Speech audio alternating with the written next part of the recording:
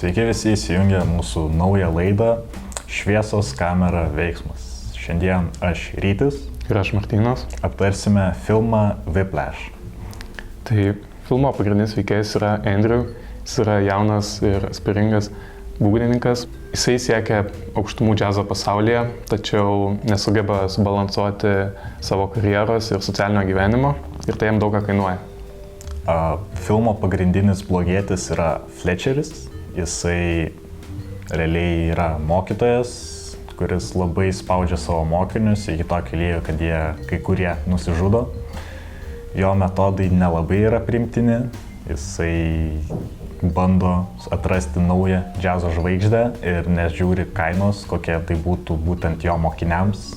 Ir pats jau jis yra praradęs dalį savo žmogiškumo. Tai kas tau, Martynai, labiausiai patiko šiame filme? Man labiausiai patiko, kaip filme apie džiazą, garso takelis. Tada dar patiko, kaip jis atskleidė savo mintį.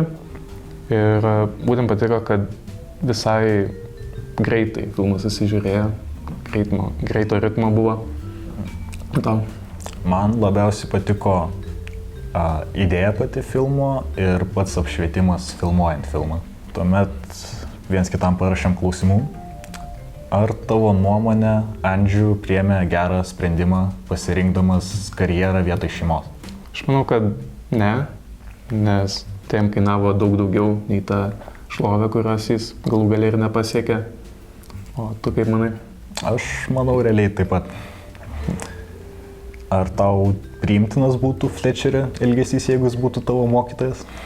Iš dalies aš jį suprantu, nes jis norėjo atrasti naują džiazo žvaigždę.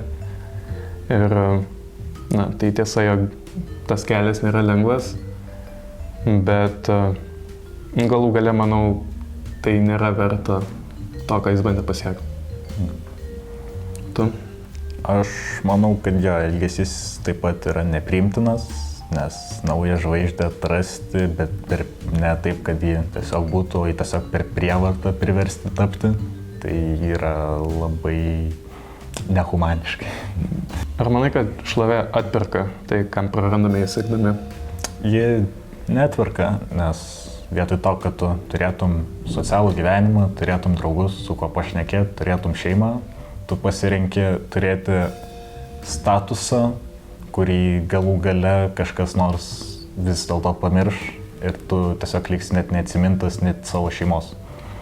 Šiaip dar įdomų faktą radom apie šį filmą, tai kad pritraukti dėmesio, režisierius iš pradžių nufilmavo trumpametražę šio filmo versiją ir po to perfilmavo pilno metro šio filmo versiją.